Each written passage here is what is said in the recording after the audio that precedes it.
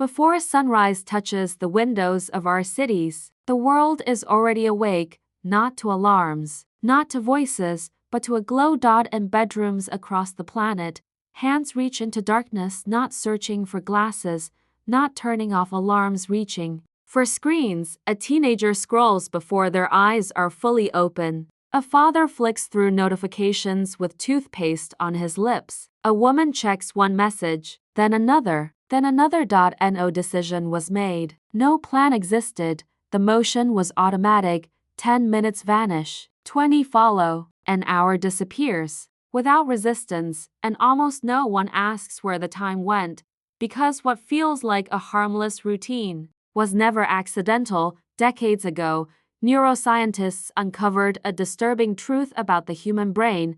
We don't become addicted to rewards, we become addicted to anticipation, not the pleasure itself but the possibility of pleasure.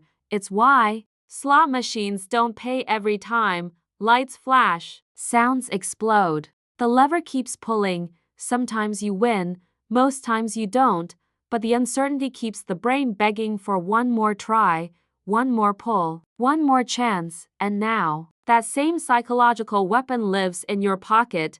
Every refresh is a lever. Every swipe is a gamble. Every notification whispers, maybe this one will be better. Sometimes it is a message you wanted, a post that makes you laugh, a surge of validation, just enough pleasure to spike the brain, never enough to satisfy it.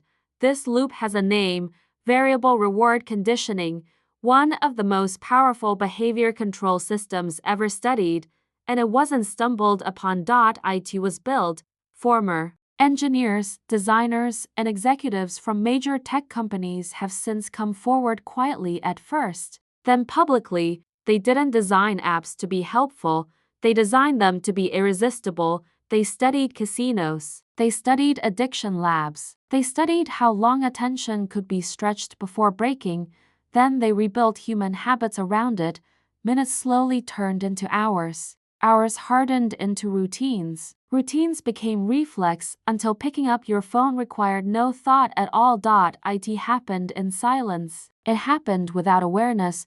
Boredom began to feel unbearable. Stillness felt wrong, and the screen became the cure, not entertainment. Relief, relief from discomfort, relief from emptiness, relief from your own thoughts. But this was only the surface of what was changing, because once the habit locked in, the real transformation began, not in your schedule.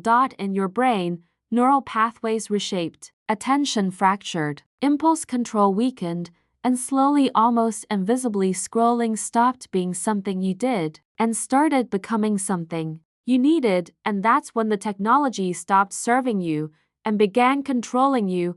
But the manipulation didn't end with addiction. In fact, that was only the beginning. Inside your brain flows a chemical older than civilization itself. It once drove humans across frozen land bridges in search of food, pushed them to explore the unknown, forced them to survive when survival was uncertain. Its name is dopamine, the molecule of motivation, the engine of desire, and today, it is being farmed. Before your eyes even read a message, before your mind knows what appeared, your brain releases dopamine the moment your phone vibrates, not because something good happened, because something might have. Anticipation hits first. Chemistry follows. Hope becomes a physical reaction. A text could be waiting. Approval might be there. Entertainment could be seconds away. Your body subtly leans in. Your pulse shifts. Your attention narrows. Your brain is already preparing for pleasure, and whether pleasure arrives or not, the chemical surge already did. This is the hook. Buzz, expectation, tiny reward, emptiness, buzz again, over and over and over. The brain doesn't experience this as entertainment. It experiences training.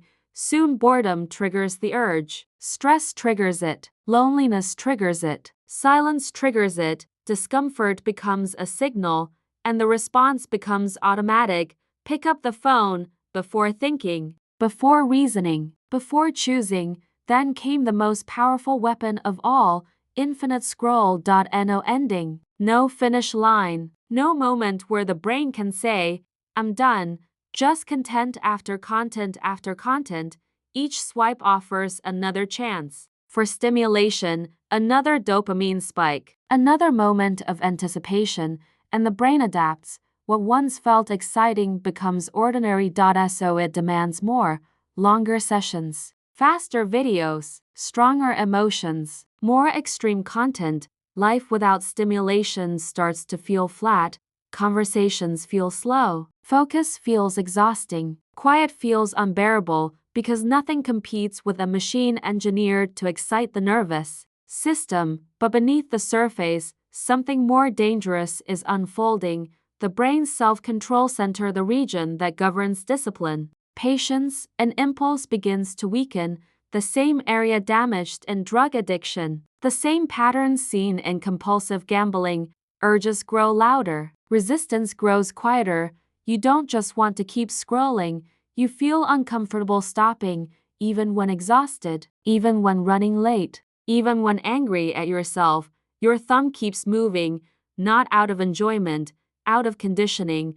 Modern research now shows heavy social media use mirrors classic addiction cycles: craving, tolerance, withdrawal, anxiety. The brain becomes dependent on stimulation to feel normal, but dopamine was only the bait. The real power comes after, because once platforms learned how to trigger your chemistry, they started learning something else. Not just what you click, not just what you watch, but what you feel, your fear, your excitement, your anger, your insecurities. And once they could read your emotions, they gained the ability to shape them, control them, exploit them. And that's when scrolling stopped being about content and became about influence. Every second you spend scrolling, something is watching you, not a human, not a company employee. Behind a screen, a machine, a silent system built to study you moment by moment, learning faster than any person ever could. It watches what you pause on, what you replay, what you scroll past in half a second, what makes you stop. But its true focus isn't content, it's you. When your breathing changes, when your pulse rises, when you laugh, when anger tightens your jaw, when fear grips your attention, when desire pulls you closer, your emotions become numbers, and those numbers become profit. Because calm people scroll less, emotional people scroll longer, and the longer you stay, the more valuable you become. This is why peaceful content quietly disappears, and extreme content floods your screen. Anger spreads faster than happiness. Fear travels faster than truth. Outrage holds attention longer than joy ever could. So the system begins feeding you triggers: a headline meant to shock, a post designed to divide, a video crafted to enrage, not because it's accurate, because it works. Every reaction teaches the machine. It learns what accelerates your heart, and then it multiplies it again and again and again, until your feed stops reflecting the world and starts reflecting your emotional weaknesses. A tunnel of stimulation built just for you. Your reality narrows, your feelings intensify, your time evaporates, and it all happens quietly. Two people can open the same app at the same moment and be pulled into completely different psychological worlds. One is fed fear, one is fed outrage, one is fed fantasy, one is fed validation, each reality carefully engineered, each emotion optimized, not for truth, for retention. This isn't social connection, it's behavioral engineering. The system doesn't care if you're happy. It only measures whether you are engaged. And here's the uncomfortable truth beneath it all: you are never the customer, you are the inventory. Your attention is sold, your emotions are packaged, your habits are predicted. Advertisers don't pay for platforms, they pay for access to your mind, your impulses, your vulnerabilities, your future behavior. Every scroll sharpens the machine, every reaction makes it smarter. Every day you use it, the system learns how to influence you better tomorrow. But the most disturbing reality goes even deeper: the algorithm doesn't just follow who you are. It slowly reshapes who you become. It pushes extremes because extremes hold attention. It amplifies fear because fear keeps you watching. It strengthens outrage because outrage keeps you reacting, not to inform. U.to control U.to keep you predictable. To keep you scrolling. To keep you profitable. And once you truly see the system, you realize something chilling. This technology was never designed to make life better. It was designed to make you easier to influence, easier to stimulate, easier to hold. But there's something the platforms hope you never discover: a way to weaken the system's grip, a way to reclaim your attention. Because the moment people learn how to break free, this entire business model begins to collapse. The truth is uncomfortable. If these platforms were built to make you calm, focused, fulfilled, they would look nothing like they do today. There would be no endless feeds, no constant buzzing in your pocket, no emotional triggers designed to pull you back in, because peace doesn't generate engagement, stillness doesn't create profit, and contentment doesn't keep people scrolling. But here's what changes everything: awareness. The moment you recognize the trap, it begins to lose its grip, not overnight, not effortlessly, but steadily. And escaping doesn't require throwing away your phone or disappearing from modern life. It requires taking back what was slowly taken from you: your attention. The first shift is friction.